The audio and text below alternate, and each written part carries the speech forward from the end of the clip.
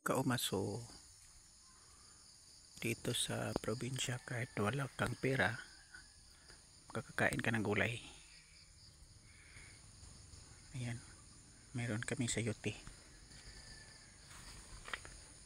Kapag magsikap ka lang na magtanim, may aanihin ka. Ayun, sayote. Ayan, meron pa oh. Maliit, daming bunga. So ganyan dito sa probinsya namin, pag may tinanim ka, may aanihin ka, may makakain ka kahit wala kang pera.